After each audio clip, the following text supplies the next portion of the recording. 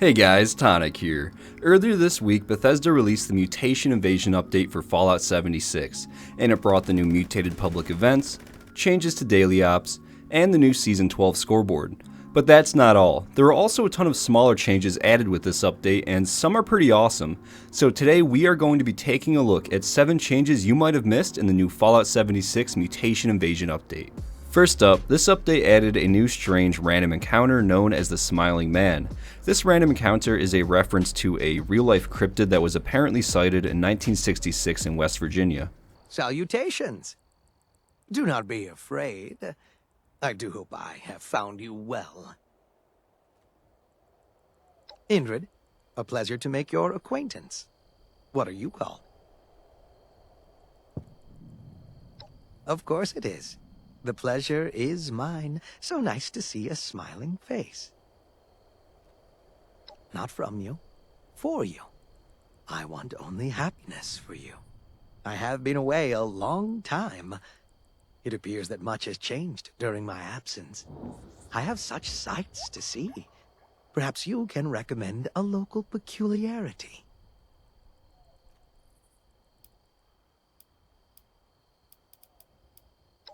An enlightened idea. I shall do just that. You have my thanks for your time and company. Before I forget, I must go. I do hope to see you again. And if you attack him, he will fly away in this big puff of smoke. Now this encounter is really strange, and I'll leave a link down below with some more information on this, but for a quick rundown, some people believe that it's an alien taking the form of a human, and others believe that it's some paranormal entity that lurks around West Virginia.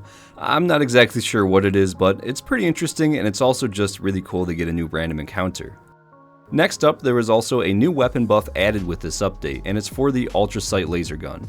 In the patch notes, it says the Ultrasight laser gun now has slightly increased base damage, and this doesn't really sound like a huge buff, but comparing the old base damage to the new base damage, it's almost doubled. So I crafted one to test it out, and the weapon is actually pretty good now. With a decent roll, you can take out larger enemies like super mutants easily, and it's really cool to see the Ultrasight laser rifle getting some love. Up next, we have a new option in the settings menu that players have been asking for a while, and that is to disable camera shake. You can find this under the display options, and players really wanted this because during some events, if there were a ton of explosions, everyone's camera would just shake non-stop, and it could get pretty annoying.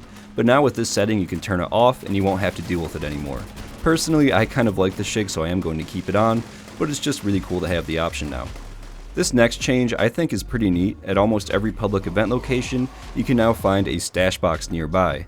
This is awesome because after events you can now store your new loot or grab weapons from your stash box to use during the event, and you really only used to be able to do this if you had a Fallout 1st survival tent. You could just run away from the event and place it down, but now there are stash boxes there for everyone, so it's awesome that non-Fallout 1st members can now access their stash at public events. I think this was an awesome change even though it's pretty small. And speaking of Fallout 1st, there was also a really nice change to the ammo storage box. Now when you enter the transfer menu, at the bottom you will see a transfer all unused ammo, and if you hit this, it will transfer all the ammo that you currently aren't using in any of the weapons in your inventory. It's another small change, but I think it's a good one, and it can definitely save some time when transferring large amounts of ammo. Up next, at number 6, we have some changes to our currency limits. Before this update, our daily scrip was 300 and we could only hold up to 5,000 scrip at once, but this was just changed. Now the daily scrip limit is 500 and we can hold up to 6,000. I love this change, and it's something that we have wanted for a long time, and the scrip surplus weekends now max out at 1,000 scrip daily, so that's pretty awesome. Lastly, there are new legacy weapons after this update, which is kind of weird seeing as to how they just got removed not that long ago. In the patch notes it says it is no longer possible to roll the faster swing speed legendary mod on auto axes, and some players who had that roll on the weapon are now reporting that they still have that weapon with the roll in their inventory. Now I can't confirm this because I don't have an auto axe with that roll, but it is really strange to see a new legendary weapon already. However, in the end, auto axes are non-tradable weapons, so those new legacy auto axes are locked to those players' accounts. But that is pretty much going to be it for this video. I just wanted to share some of my favorite smaller changes that came with this update. So I hope that you enjoyed the video, and I would like to say thank you so much for stopping by and watching. I really do appreciate it. And as always, I'd like to give a massive thank you to all of the channel members: Adam Steinson, Mazader, Terry Lockridge, Zapper, Robert Kennard, CRM114, Theodore, Slappy Sauce, Esdeath93, King Kittens, Omniprotus, Dalton Murphy, Victrix, Argent Deer, Shaky Hands Workshop, Axel, Kevin W, Anna S, Fallout McFly, Networkgate, Gulty, Lanthar, Captain Awesome, Citizen Girl, Heather Henderson, Patrick Ruda, 23 Icefire, Jay Smith, Bowser Double Frang, Digital Aardvark, Christy Mellon Schwitz. Thank you guys so much. I love you guys, and have a great day.